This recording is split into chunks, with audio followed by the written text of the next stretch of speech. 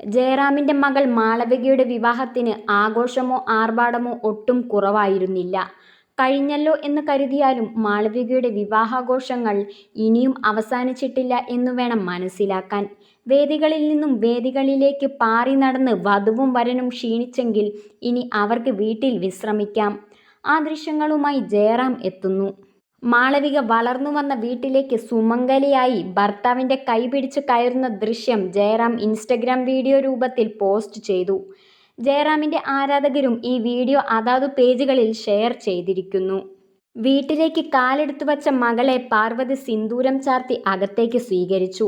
ഇത്രയും കാലം വളർന്നു വലുതായ വീട്ടിൽ ഭാര്യയായ ശേഷമുള്ള മാളവിക വന്നു ചേരുമ്പോൾ ചില പ്രത്യേകതകൾ കാണാം. കൂടെ ഭർത്താവ് നവനീത് ഗിരീഷും ഉണ്ട്. സ്വന്തം വീട്ടിൽ ചക്കിയെ സുമംഗലിയായി കണ്ടതിന് ജയറാമിനും പാർവതിക്കും കാളിദാസിനും സന്തോഷം മുഖത്ത് പ്രകടമായി.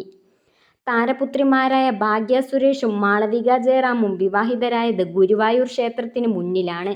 ജനുവരിയിൽ ഭാഗ്യയും ശ്രേയസും ജീവിതം ആരംഭിച്ചപ്പോൾ മെയ് മാസത്തിൽ മാളവിക നവനീതിന്റെ വധുവായതും അവിടെത്തന്നെ. ലളിതമായ താലികെട്ട് ചടങ്ങിനു ശേഷം സംഘടിപ്പിച്ച വിവാഹ സ്വീകരണ ചടങ്ങുകൾ ആകെ മുന്നിടത്തായാണ് നടന്നത്. 3 പരിപാടികൾക്കും മലയാള സിനിമാ താരങ്ങൾ പലരും വന്നു ചേർന്നു.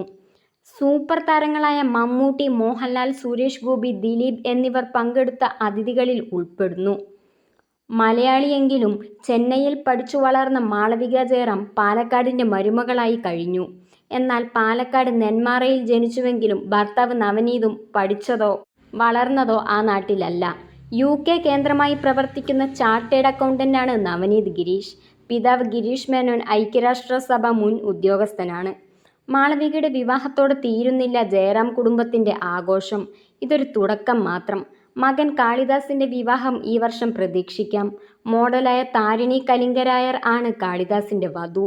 വിവാഹ സ്വീകരണ ചടങ്ങിൽ മാളവികയുടെയും നവനീതിന്റെയും അച്ഛനമ്മമാരും കാളിദാസും താരിണിയും ഫോട്ടോയ്ക്ക് പോസ്റ്റ് ചെയ്തു.